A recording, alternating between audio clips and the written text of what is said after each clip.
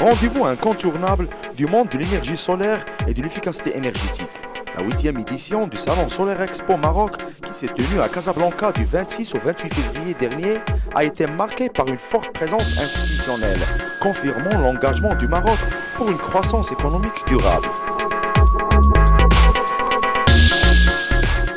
Nous allons revoir à la hausse nos ambitions dans le domaine des énergies renouvelables.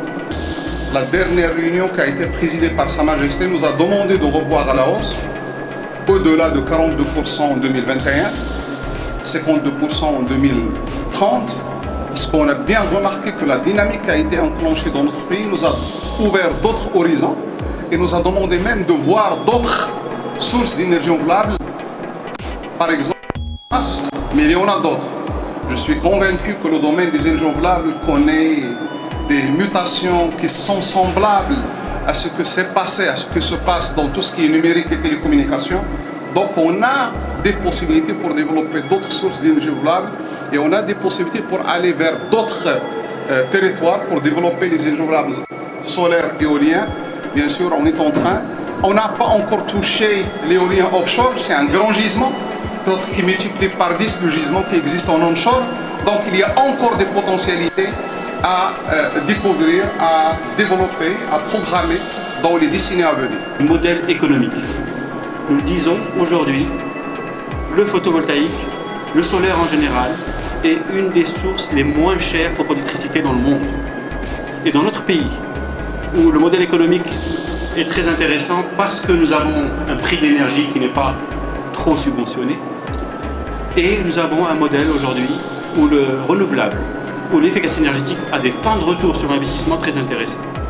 Nous souhaitons et nous avons comme mission d'accompagner la recherche et d'accompagner les entreprises et les institutions académiques à renforcer les capacités à développer des produits, des services, des process pour accompagner cette transition énergétique tellement importante pour notre pays, pour notre continent, pour notre planète. Nous sommes à la 8e édition de cette rencontre aujourd'hui qui regroupe les acteurs du solaire pour montrer que c'est une technologie qui évolue chaque année. On montre l'innovation, on montre les possibilités de développement dans notre pays et nous montrons aussi les différents programmes. Les applications se multiplient. Il y a les grands projets, bien sûr, mais il y a tout ce qui est petits projets liés au pompage, liés au toit solaire, liés aux bâtiments publics. À tous ces secteurs, aujourd'hui, il y a de nouveaux modèles et de nouvelles technologies et de nouveaux accompagnements techniques et financiers. Aujourd'hui, nous avons mis en exergue aussi le volet financier qui est mis en avant avec les banques nationales qui accompagnent les différentes actions dans le domaine de l'efficacité énergétique. Et nous montrons aussi qu'il y a de la recherche et du développement chaque année. Nous montrons aussi que nous avons des projets nationaux, mais n'oublions pas aussi qu'avec nos partenaires sur le continent, il y a d'énormes projets potentiels qu'on peut développer ensemble. Et c'est pour cela que ce message aussi sur le continent, avec les acteurs du continent qui sont présents ici, nous allons présenter un petit peu le savoir-faire marocain, parce qu'il y a un savoir-faire marocain, il y a de l'emploi qui se développe au niveau des industriels et qui sont présents aussi ici. C'est des industries de production de panneaux solaires, des industries de différentes technologies qui existent dans notre pays aujourd'hui, qui créent des emplois aujourd'hui. Donc c'est tout cela qui est mis en avant. Voilà une 8e édition qui, je l'espère, qui a grandi par rapport déjà à la 7e l'an dernier. Chaque fois, il y a plus d'acteurs. C'est un très bon signe pour le secteur. Nous participons cette année à la 8e édition du Solaire Expo à Casablanca. Et nous sommes vraiment très contents de constater qu'il y a encore plus de participants cette année. Il y a également une centaine d'entreprises qui exposent et ça démontre tout l'intérêt à ce salon, à cette thématique du solaire thermique, le solaire photovoltaïque. Il y a également aussi une entreprise, un nouvel entrant, l'entreprise Almaden qui produit des modules photovoltaïques au Maroc avec une ligne de production de 100 MW installée à Le Hoceima et qui vont augmenter leur production à 200 MW. Donc tout cela démontre un intérêt encore plus important. Il y a eu aussi l'ouverture avec plusieurs personnalités qui étaient présentes. Et du côté d'IRSN, nous avons parlé de l'importance de l'investissement que nous avons engagé toutes ces dernières années pour accompagner la recherche et développement. Et nous avons expliqué comment on souhaite maintenant encore plus activement accompagner ce passage de la recherche à l'innovation à travers un nouvel appel à projet InnoBoost pour soutenir l'incubation, soutenir l'amorçage et veiller à ce que les résultats de projets de recherche, de groupes de recherche, d'experts et de chercheurs marocains qui puissent être valorisés, qu'on puisse commencer à avoir des lignes de production industrielle à partir de la fin de cette année. Et nous sommes en train également de construire la nouvelle plateforme de recherche dédiée aux bâtiments verts, au réseau intelligent, qui va contribuer également à la promotion, au développement de l'intégration des énergies renouvelables dans le bâtiment, un secteur qui est également aussi très très important.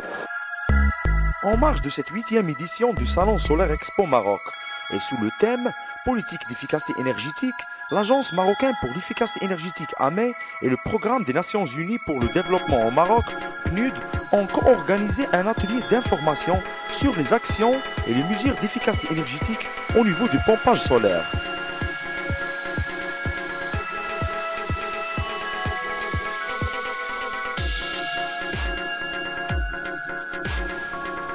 En tant que PNUD, cette occasion a été pour nous très importante.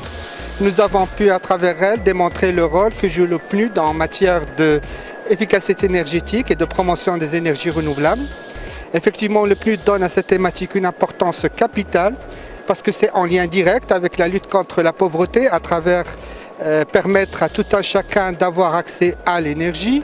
C'est aussi une question d'atténuation des gaz à effet de serre et de préservation du globe du changement climatique. Donc la question énergétique est d'une grande importance. C'était aussi une occasion pour nous pour parler d'un certain nombre d'initiatives que nous sommes en train de mener avec nos partenaires à travers notamment un financement du GEF, le Fonds mondial pour l'environnement. Nous avons parlé du projet Pampa solaire que nous sommes en train de mener avec l'AME, l'Agence marocaine de l'efficacité énergétique. Nous avons parlé aussi du projet du transport et de développement durable dans le cadre du transport, notamment la mise en place des zones logistiques avec le ministère en lien de l'équipement et du transport. Nous avons parlé aussi de notre initiative à Marrakech, la mise en place d'une station solaire pour alimenter les bus électriques.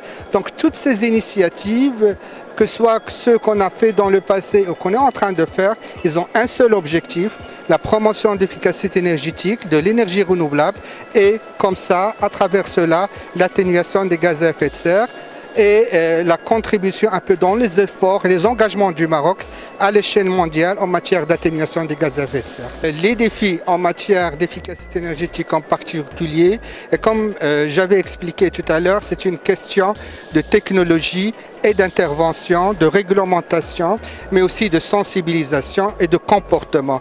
Le comportement est capital en matière d'efficacité énergétique parce qu'on peut avoir un développement de technologie, on peut avoir les derniers cris en matière d'efficacité, mais si le comportement ne suit pas, il se peut qu'on n'ait pas de résultats. Et c'est dans ce cadre qu'au niveau, par exemple, des bâtiments, il y a la question de citoyenneté, de la prise en considération en matière d'industrie aussi, en matière de touristique et d'hôtels et d'hébergement touristique. Donc il y a tout à ce niveau des défis à remonter.